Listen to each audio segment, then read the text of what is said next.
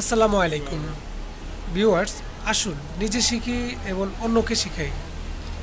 তো ভিউয়ার্স, আজকে আমি জ্যাক, সুইং মেশিন, সার্ভো মোটরের স্পিড লক এবং আনলক কিভাবে করবেন এটাই আমি আপনাদেরকে দেখাবো।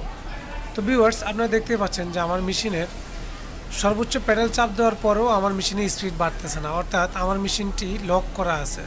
আপনারা দেখতে পাচ্ছেন আমি যখন স্পিডের প্লাস বাটন চাপতেছি তখন আমার স্পিড 10-এর উপরে যাচ্ছে না। তাহলে আমার স্পিড কিভাবে বাড়বে? ভিতর থেকে আমরা কিভাবে স্পিড লককে আনলক করব? তো ভিউয়ার্স, এই জন্য আমাদেরকে যে কাজটি করতে হবে, আনলক করার জন্য আমাদের মেশিনের যে পাওয়ার সুইচটি আছে এই মেশিনের পাওয়ার সুইচটি অফ করে নিতে হবে। তো মেশিনের পাওয়ার সুইচটি অফ করার পরে যখন ডিসপ্লে চলে যাবে তখন আমরা প্লাস বাটন এবং মাইনাস বাটন এই দুটি বাটন একসাথে চাপ দিয়ে ধরবো, প্লাস আমরা মেশিনের পাওয়ারটি অন করব। তো ভিউয়ার্স, আমরা প্লাস এবং মাইনাস বাটন চাপ দিয়ে ধরে পাওয়ারটি যখন অন করব 5 সেকেন্ড ধরে রাখবো, তারপর আমাদের এখানে অ্যাপ চিহ্ন চলে আসবে।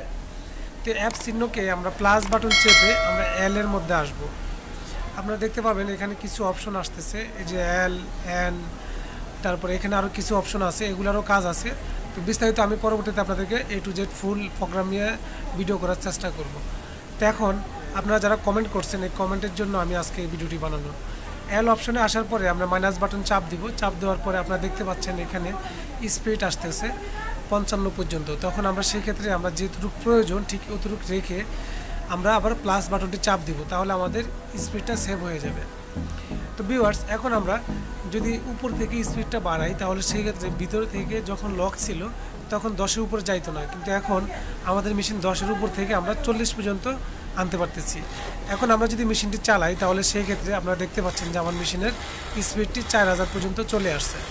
তো ভিউয়ার্স, এই ছিল আজকের মতো আমার ভিডিও টিউটোরিয়াল। আমার ভিডিও যদি আপনার কাছে ভালো লাগে তো অবশ্যই একটি লাইক করবেন এবং কমেন্ট মতামত জানিয়ে আপনার বন্ধু বান্ধবের মাঝে শেয়ার করে দেবেন।